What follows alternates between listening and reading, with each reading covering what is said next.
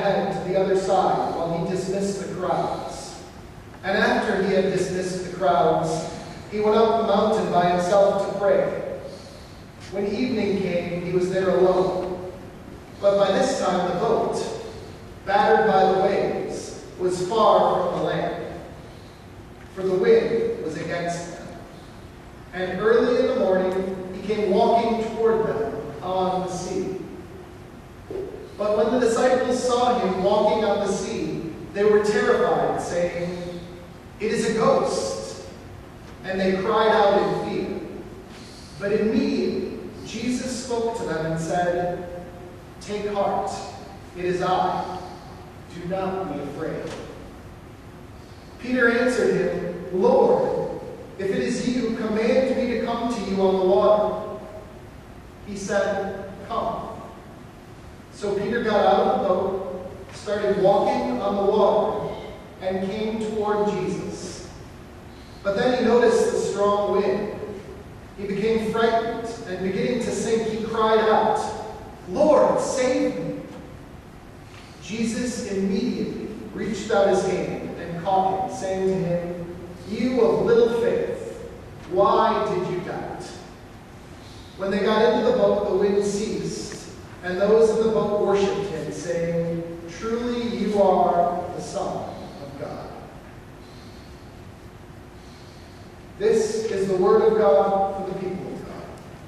Thanks be to God.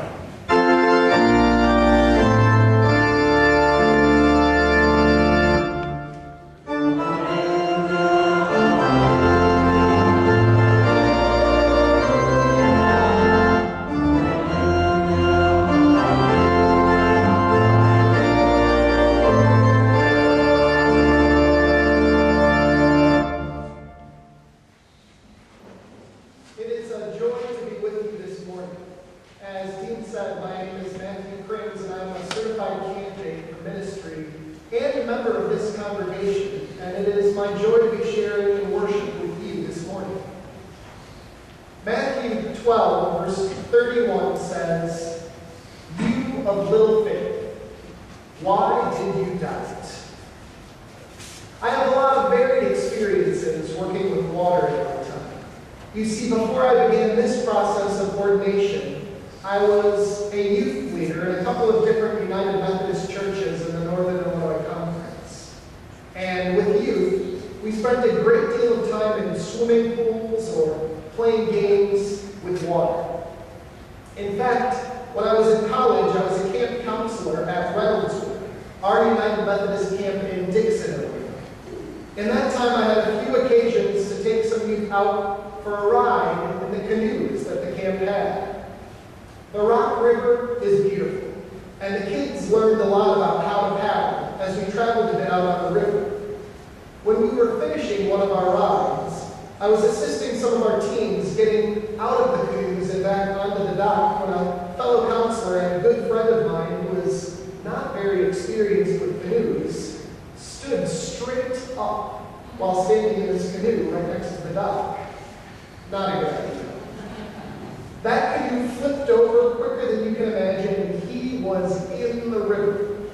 Even with a life jacket on, he grabbed the edge of the dock, grasping for his life. Seeing this happening, many of the youth were worried for him. I looked out at him and said his name, "Tim, put your feet down." At that point he did, to show that the water was really only about waist deep. This made the process of getting him out of that river a whole lot easier. If we could recall the passages last week that preceded today's text, Jesus and the disciples had just fed the 5,000 with nothing more than 5 loaves of bread and 2 fish.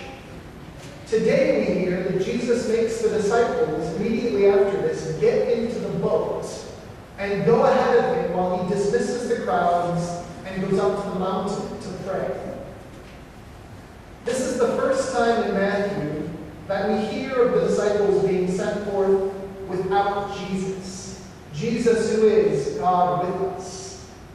Perhaps they have been without Jesus before, but this is the first time that anything of note happens while Jesus is separated from them.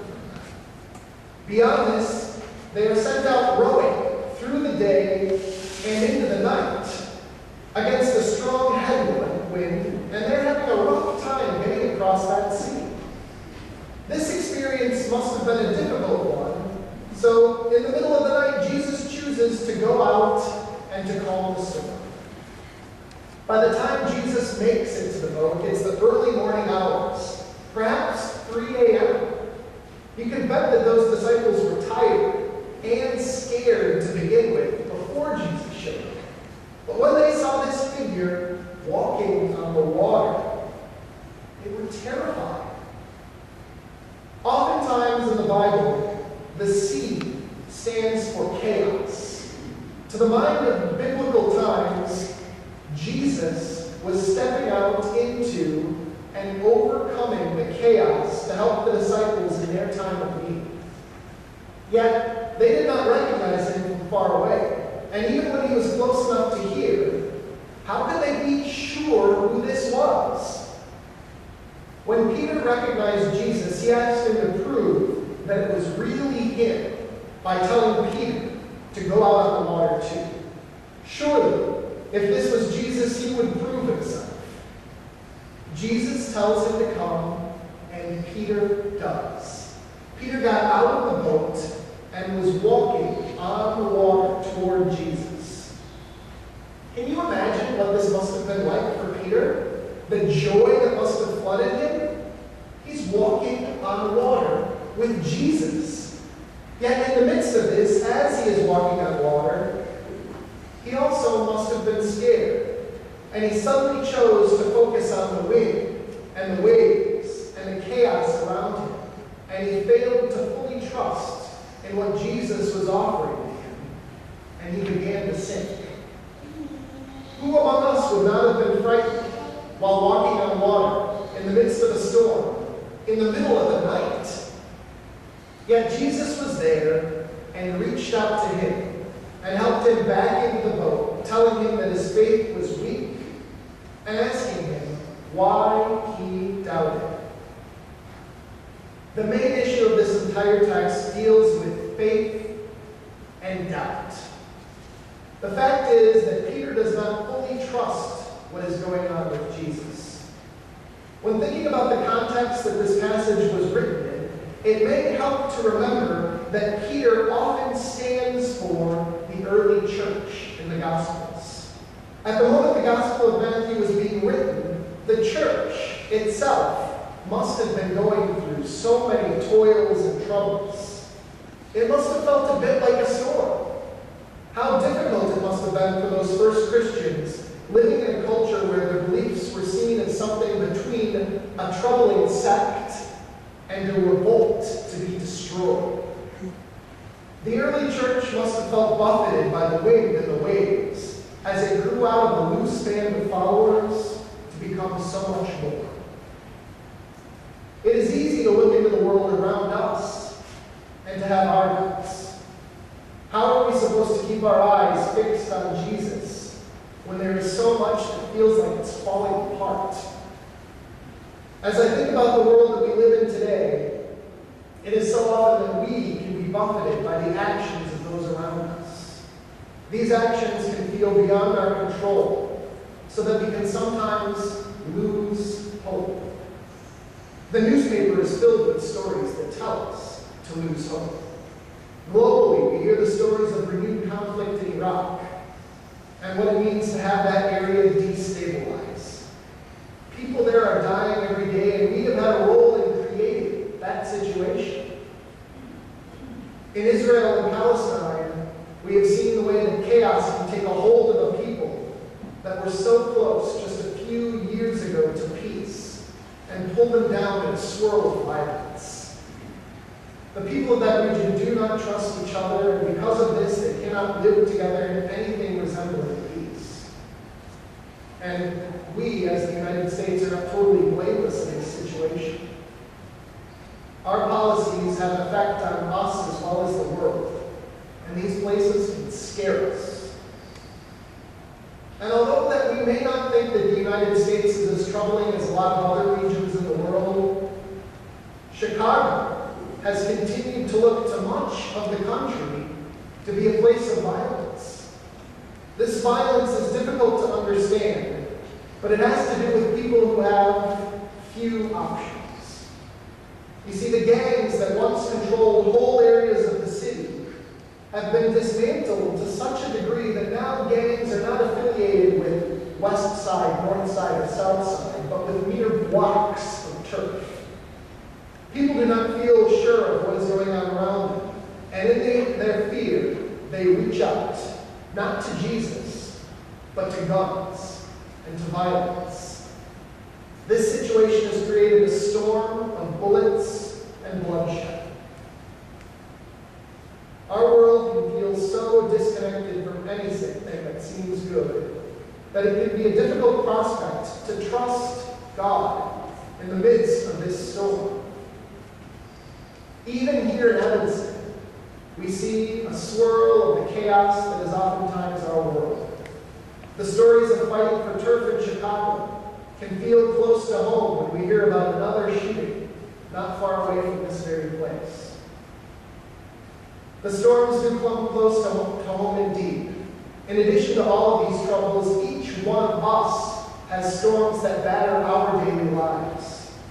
Work, family, money, health. We all encounter things on a personal level that can make us feel separated from the world around us. As I think about this violence, this chaos going on around me, I'm reminded of that boat that the disciples were on. I'm reminded of the chaos that was present in the sea that they were trying to cross. Finding the troubles in our world to compare to the troubles that the disciples faced is easy to do. But where do we go from here? Do we simply wait for Jesus to show up on the waters of our lives and to calm the storm? Somehow in the midst of all this, I wonder if our problem is not much like Peter's. Are we stepping out in faith, or are we stepping out in fear? When we see the tumult before us, can we fix our eyes on Jesus and the hope that we have that we can fix things for the better with the grace of God? Or do we shudder and not trust what God is doing in our world? How do we respond to the chaos? The gospel that we find is that it is partially the answer, because Jesus did not go out onto the waters to meet the disciples when they were in their deepest. Jesus did go out into the waters to meet the disciples where they were in their deepest depths and their fears. By the time Jesus got out into the waters, it was the darkest part of the middle of the night. The disciples had been out on the sea for so long, battling against the wind and the rain, that they may have wondered what Jesus was thinking when he sent them ahead. They may have been tired from being up all night rowing. In fact, the disciples did not immediately even recognize Jesus in the midst of the confusion. They mistook Jesus for a specter of death. But Jesus called out to them, saying, "It is I." Something very close to saying, "I am," which is a familiar phrase that God uses in the Old Testament. We also hear the "I am" statements by Jesus in other places, but this statement is one to let the disciples know that he is in control.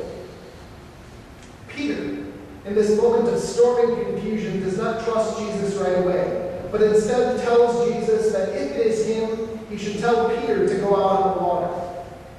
And Jesus does. Peter has the faith to listen to the words of Jesus amidst the storm that is going on around him, and to step onto the water and to walk. This is a moment where even though Peter did not fully trust Jesus, he did the impossible. He walked on the water.